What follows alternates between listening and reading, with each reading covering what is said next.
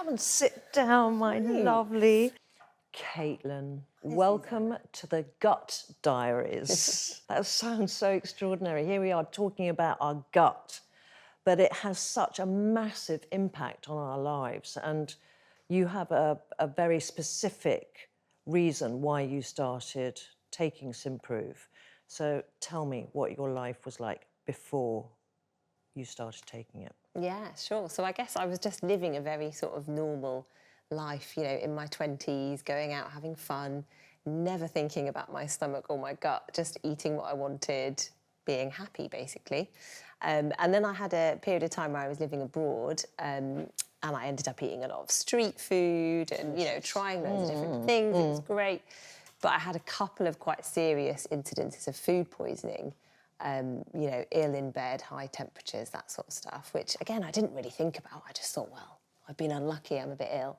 But when I got back home, I then sort of had this ongoing problem with my gut. So sort of IBS symptoms, basically. Okay, so when you say IBS, so that's, for those that don't know, irritable bowel syndrome. Yeah. So was it just like you had an upset stomach? Did it feel like you had bad diarrhea, vomiting, stomach pains, bloating? Yeah, I didn't get vomiting, but exactly those things: bloating, feeling really uncomfortable, diarrhea, just always this sense of your stomach not being right and, you know, just never feeling quite comfortable with it, never quite knowing what was going to happen on any given day. And it becomes quite debilitating. You sort of can't live a normal life when you're thinking about, oh no, if I eat that, this might happen. Or, you know, you get up and go to work and then you realise, actually, I'm going to need to go straight to the loo. And it's kind of on your mind all the time then. So did you find after that you had much more of a sensitivity towards certain foods? Yeah, that was exactly it, yeah. So then suddenly I couldn't eat pasta, I couldn't eat bread. Okay, so it was spicy wheat, food was out. specifically? Yeah, wheat, onions, spicy food. It's kind of a random selection of things, although I'm sure there's something behind all that, but yeah. Did you go to like a nutritionalist and try and find out what you had? Did you think it was like an allergy, a food allergy, or did you put the two together? No, I hadn't totally put the two together, but I did all the right things. I went to the GP, I got a referral into gastroenterology, I had everything properly checked out, you know, where they put the tube down and up the other end. So, yeah, because at one point they were like, this is a risk for bowel cancer, basically, because it was those sorts of symptoms. And, you know, thank God it wasn't. But, yeah, I had it all checked out. And at the end, that's when the consultant put it together and said, actually, what I can see in your bowel is that it's been damaged by those food poisoning times, and it will get better over time, but basically you've kind of damaged your bowel and it will be years to recover, essentially. Wow. And that's when I first realised, oh my God, your bowel and your gut is a really important part of your body that you have to look after in the same way you look after other things. And I just hadn't realised before. Yeah. So how long did this go on for, this kind of... It was probably like 3 or 4 years, really, until it got better. I mean, over that time it was improving, but until it really got better, it was, yeah. And what did they advise you? Was it just the kind of to avoid certain foods, or were you given medication? How did the doctor tell you to deal with it? What was the prognosis? It was avoiding the trigger foods, essentially, Okay. to sort of, for me to just think about what are the things that trigger it, avoid that, and then try and get your gut back to health, essentially, by eating well. And that, you know, luckily there is a lot of research and a lot of stuff out there that you can read about how to keep your gut healthy. So that's, you know, that's really helpful. How did you feel when he told you that? Well, I was quite shocked. I mean, I was shocked. I was pleased because it wasn't something really serious, and I knew then it was going to get better. But I was really shocked that something as seemingly simple as having food poisoning, and I had it, you know, a few times, but can then have a long-lasting impact on your gut. And I never would have thought of that, you know, as a young person. It never occurred to me that that could be the case. But when I saw Symprove and the fact that it actually has gone through proper clinical trials, they've done the research, I thought, actually, there might be something in this, because that sounds a bit more like it's backed up by science than some of the other products you can get. So how did you come across Symprove? Did you see like an ad, or was it through It was through a friend of mine. Okay.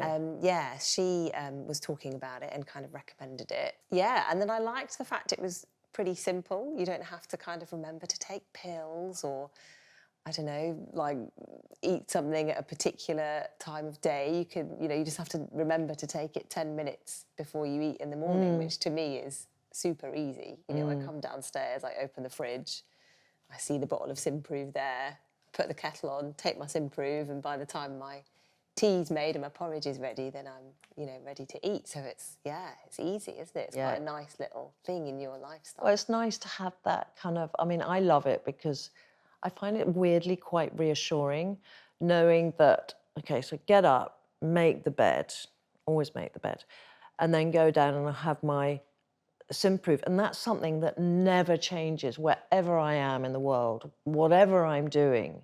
And it's kind of reassuring to know that that's how you're going to start your day every single day. You feel like you're starting your day off in a good place, don't you? Yeah. Yeah. When you started taking Symprove, how long did it take before you started seeing benefits? It's hard to tell, I think, because, and I think this is the interesting thing about when your gut is well, you sort of don't notice. Yeah. That's the beauty of it, that actually when your gut's well, you're not thinking about your gut. You're just getting on with your everyday life. So it's hard to tell. But a recent example is that I went away and forgot to take my Symprove with me. And I don't know whether this is a coincidence, but then suddenly I was like, God, my stomach feels really bad. And it's sort of, you can notice it when you're not having it, I think. So it's sort of that, it's like the absence of feeling unwell.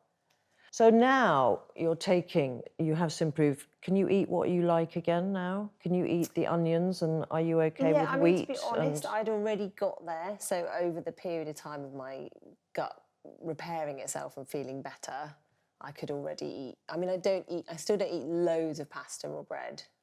Onions I have a lot of now. I can smell from here. No, I'm just joking. No. My morning Your onion. breath. Yeah. Yeah, spicy foods I'm all right with. Yeah. I can do spicy foods. And you have kids, you have a family. I've got two little kids, 3? 2. Oh, 2, okay. Still a handful. Do they ever comment on you and your obsession with your gut and taking Symprove every day? Yes, they think I'm really weird because I talk to them about bowels and poos all the time. In a healthy way, I don't want them to become worried about what they're eating, but particularly when I'm trying to encourage them to eat vegetables, green things, and I'll say, go on, this is really great for your poo, you should definitely eat this. So they've obviously picked up on this and they think I'm funny and weird. So they'll say now, oh, Mummy, I'm just going to eat this sweet because I think it'd be really good for my poo. That's their way of trying to persuade me. But do you find your immune system has improved now, having taken Symprove? Well, yes, possibly. I think my immune system gets severely tested by a million different bugs that come in. Yeah. But I think the combination of sort of doing stuff for your gut with Symprove, then it makes you think about, what else do I need to do to keep myself well? So I take vitamin D.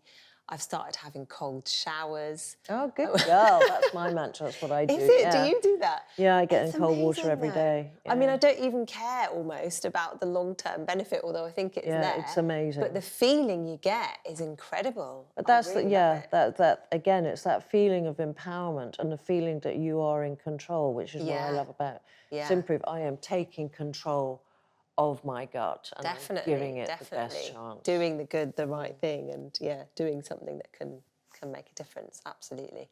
For me, Symprove is like the foundation of looking after myself, and especially with my immune system and at this time of year and when we're going in, and like for you with having young children, they must be bringing bugs home all the time, aren't they? Yeah, it is a nightmare. It's a sort of a cliche and a joke, isn't it? But it's so true. You just get chucked with God only knows what. Yeah. And I remember in previous years, I would just have it that I would have a cold, I would just about get over that cold, and then as soon as I'm over one, the next one hits, and it's a slightly different flavour, and you've got a cough instead of a runny nose, but you feel like you're spending your whole life being run down and coughing and sneezing, and it's hard, right? So I think anything that can boost that immune system and just give you a bit more of resilience, essentially, as those winter bugs come in, is really important. And so going forward, is it something you will take for the rest of your life, do you think now? I think so, yeah. I think because it's easy, because it feels like it works, because the science backs it up, yeah, I think I will. You've got to give yourself a fighting chance of being well. Yeah. And taking Symprove and having a healthy lifestyle around that is a really important part of doing that. Well, I think it's time to get Dr. Chris in, don't you? Yeah, let's do it. Okay, come on in, kind sir. Hi there. Hi. So, what the hell is going on with Kaitlyn's gut? So thank you very much for sharing your gut story with us today. Listening to it, it sounds like what we call a post-infectious IBS, which is a subtype of IBS, which a lot of people haven't heard of. But basically, it's a term used for when we have ongoing gut symptoms, even though the actual infection has been cleared by the body. And in Kaitlyn's situation, what's happened is that a harmful bug has got into the gut, and it's caused a bit of an immune response by the gut, because it also has an important role in terms of our immunity. So it's hosted a bit of an immune response and affected the lining of the gut, and that can lead to symptoms that she had in terms of bloating, tummy pain, diarrhea as well. And over time, the microbes that normally live there and are quite happy and live there as a bit of a community, that balance of different microbes can be upset a little bit, and that can then lead to ongoing symptoms of IBS. Okay, so the infection is a bit like sort of paint stripper going into your gut. Yeah, so it can be a catalyst for IBS, and we know that 1 in 10 people who have a bacterial infection then go on to develop IBS, Wow, post-infectious that's quite a IBS. lot. Yeah, so it's really common, more common than we actually think. And so that presents itself as bloating and diarrhea. That urgency, That explosive diarrhea urgency, sometimes, that's yeah, the and that word, can be Dr. really Chris. troublesome. Like, I'm about to shit my pants. I need to get to a loo now. Okay, so with that's really interesting. So you can have a really aggressive tummy bug, and that can be the result, and that's what happened to you. Yeah, I think so. Yeah, as you mentioned, you had these repeated episodes of tummy bugs, and that can really alter the gut microbiome and can lead to those symptoms that you then have. And it's variable. It can go from sort of weeks to months, sometimes even years of having digestive issues after that. And why do you think Symprove is more effective than, or appears to be more effective than most? So other what we've products? seen in an in vitro study with Symprove is that the harmful bacteria, when we add Symprove to it, it actually kills and reduces the number of these harmful bugs. So it may actually have a role in terms of helping people who've got this post-infectious IBS. Chris, can you tell us more about the microbiome?